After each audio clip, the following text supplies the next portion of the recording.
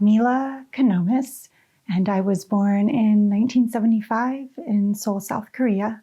And I was subsequently adopted in January of 1976 by a white American military family that was actually stationed in Yokosuka, Japan at the time. While I don't remember much from that time, obviously I was adopted at 6 months old. My adoptive mother, or my American mom, as I often refer to her, told me this story often when I was growing up. And I think it's really telling about the impact that being separated from your family and your origins, even as an infant, can have on a human being. And so she tells me the story about when she initially brought me to their home. The foster mother handed me over. The foster mother was just crying and crying and crying. And I was very quiet at the moment.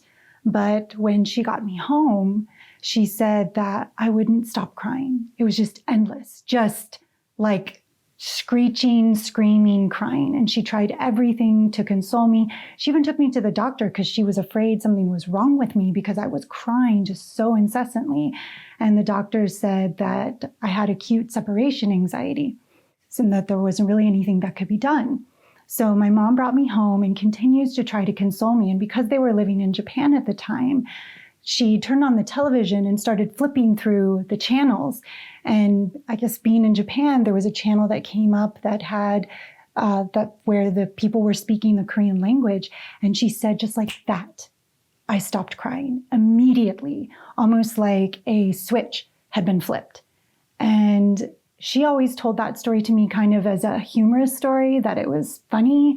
But I think for me as a child, whenever she told me that story, there was something in me that recognized that that was very profound, that even as, or especially as a 6-month-old child, and now that I'm a mom myself, I think I look back and I realize that that 6-month-old baby was grieving. And it was not just acute separation anxiety, but I think it was a way that this little infant self was processing, and I think about that where I was hearing the Korean language and I was smelling the food and hearing those sounds and seeing the colors and the environment around me.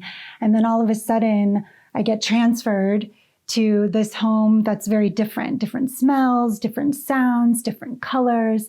It was also really challenging because I came to them with those initial losses, the loss of my Korean family, the loss of my foster mother that I spent the first 6 months of my life with. And I think that there can be this misconception that, you get to your adoptive family and everything is okay. And I think as a child, it appears that way because how does a child know how to process all of that? And it comes later in life as you mature and you try to find your way in the world as somebody who looks like this, but grew up completely severed from all of that. So I think while, my childhood to many onlookers would appear to be an ideal childhood, I think that so much of what was going on inside of here was silent. And also, I would be disingenuous to not acknowledge the pretty significant amounts of racism and discrimination and othering that I experienced. As I said, I was adopted by a military family. And so the places that we were living in were predominantly white and predominantly military. And, being around communities like that and families like that, even with the best of intentions, there really is a lot of subconscious racial bias that happens. I think even now as a parent, it becomes all the more obvious to me, the lack of support and mirroring and just even opportunity to connect in certain ways. One of the things that I talk about a lot, I think, though, that is so difficult in being a transracial Korean adoptee as a parent is trying to manage my own grief and loss and trauma so that I don't project it onto my children, and then also trying to navigate how to help my children develop a healthy racial and cultural identity when I feel like I'm still trying to find mine. There's so many times when being Korean to me means experiencing racism. Being Korean to me means experiencing grief and loss and severance from all those things that define what it means to be Korean, you know? And so it's like growing up, whenever I was around Korean people, it was really difficult because in that time, you know, I was born in the 1970s. There was a lot of shaming that took place. You know, why don't you speak the language? Or how come you don't like kimchi?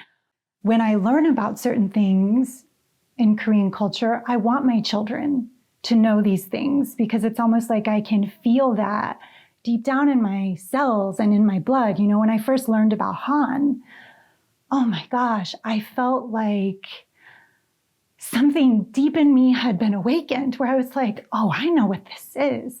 I've felt it all my life, but I just didn't have the language for it. I didn't know about it.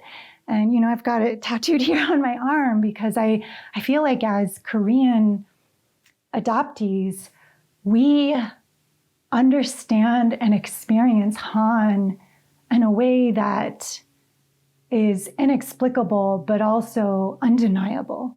That kind of traumatic loss of identity and feeling this unresolved longing and angst and like injustice for what we've experienced, but at the same time, feeling like we have no way to resolve it. It's just kind of this ambiguous aching that never goes away. And so parenting has been this really profound experience because there are lots of opportunities to heal and to connect and to grow, but it's also very triggering at times because here I am with my own children and I can be having this amazing moment and I'm feeling this joy and this connection, but then I'm immediately reminded that like, oh, I never got to experience this with my mother. I never got to experience this with my appa.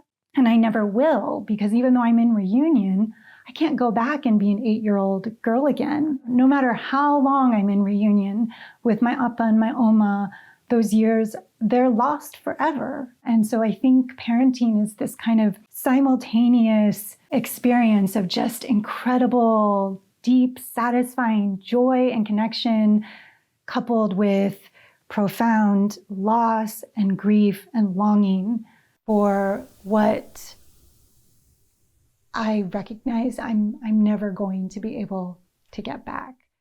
Sometimes there's this misconception that, oh, if you find your family, yay, everything's great. You know, you can tie it off with a bow and put that package away and you're good to go.